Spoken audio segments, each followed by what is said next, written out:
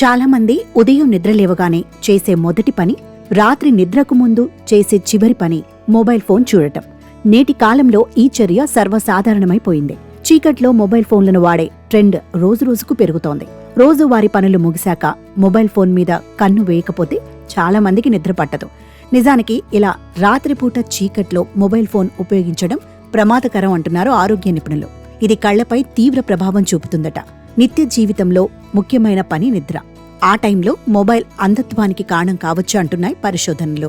రాత్రి పడుకునే ముందు సోషల్ మీడియాను స్క్రోల్ చేయడం, ఈమెయిల్ చెక్ చేయడం, మొబైల్ ఫోన్లో వీడియోలు చూడడం దాదాపు సర్వసాధారణమైపోయింది.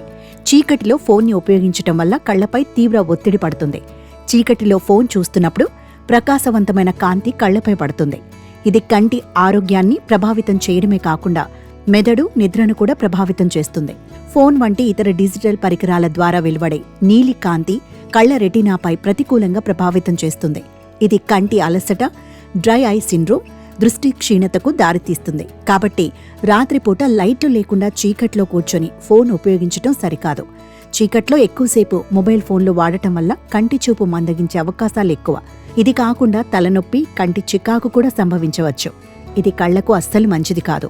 ఫలితంగా చూపు కోల్పోయే ప్రమాదం ఉంది.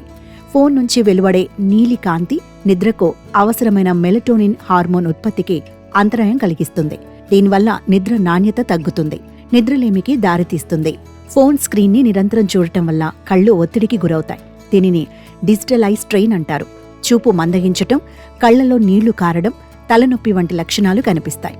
ఈ సమస్యలన్నింటి నుంచి బయటపడాలంటే రాత్రి చీకటిలో ఫోన్ వాడటం మానేయాలి. ఏదైనా ముఖ్యమైన పనైతే ఫోన్ని ఉపయోగిస్తున్నప్పుడు స్క్రీన్ బ్రైట్నెస్ను తగ్గించవచ్చు, లేదంటే స్క్రీన్పై బ్లూ లైట్ ఫిల్టర్ను ఆన్ చేయవచ్చు.